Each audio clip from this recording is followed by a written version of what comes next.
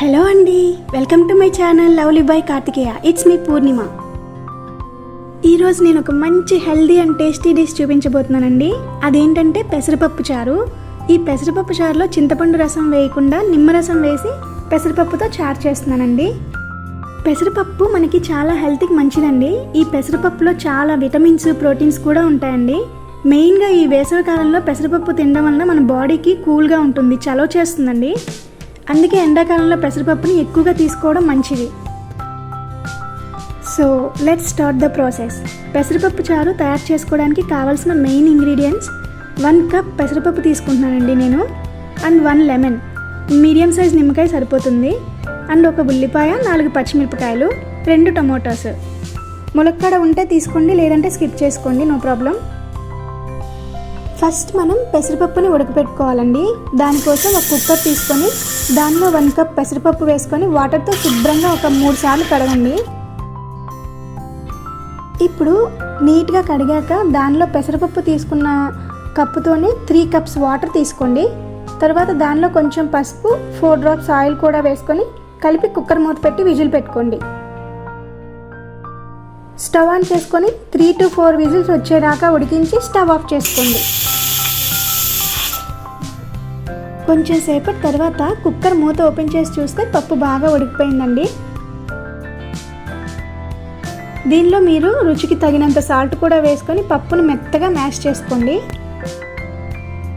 పప్పు బాగా మెదుపుకున్నాక దీనిలో ముందుగా కట్ చేసుకున్న పచ్చిమిర్చిని వేసుకోండి. ఈ చారులో మనం కారం యూజ్ చేయట్లేదండి, సో పచ్చిమిర్చి మీకు ఎన్ని కావాలో అన్ని వేసుకోండి. తర్వాత ఆనియన్స్ని, ములక్కాడని కూడా వేసుకోవాలి. దీనిలోనే టమాటో ముక్కలు కూడా వేసుకొని ఒకసారి బాగా కలపండి. ఇప్పుడు దీనిలోనే 3 కప్స్ వాటర్ వేసుకోండి.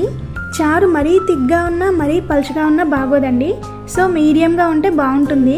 3 to 4 కప్స్ వాటర్ అయితే కరెక్ట్గా సరిపోతాయండి. ఇప్పుడు ఒకసారి బాగా కలిపి కొన్ని కరివేపాకు రెబ్బలు కూడా వేసి స్టవ్ ఆన్ చేసి బాగా మరిగించండి. మనం వేసుకున్న ఆనియన్స్, టమాటోస్, ములక్కాడ ముక్కలు బాగా ఉడికే వరకు చారుని మరిగించాలండి.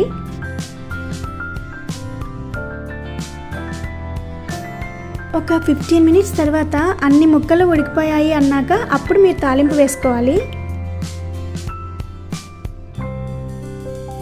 ఇప్పుడు తాలింపు కోసం పక్కన ఒక ప్యాన్ పెట్టుకొని స్టవ్ ఆన్ చేసుకొని కొంచెం ఆయిల్ వేసుకోండి.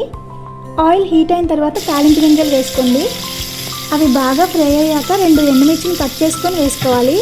అవన్నీ బాగా వేగిన తర్వాత దంచుకున్న వెల్లుల్లి రెబ్బలు కూడా వేసి బాగా ఫ్రై చేయండి. తర్వాత కరివేపాకు వేసి వేయించి కొంచెం ఇంగువని కూడా వేసుకొని అన్నీ బాగా కలిపి వేయించండి. ఫైనల్గా కొత్తిమీర వేసుకొని మరుగుతున్న చారుని తాలింపులో పోసుకొని బాగా కలిపి స్టవ్ ఆఫ్ చేసుకోండి. దీన్ని ఒక 5 మినిట్స్ పక్కన పెట్టుకోండి.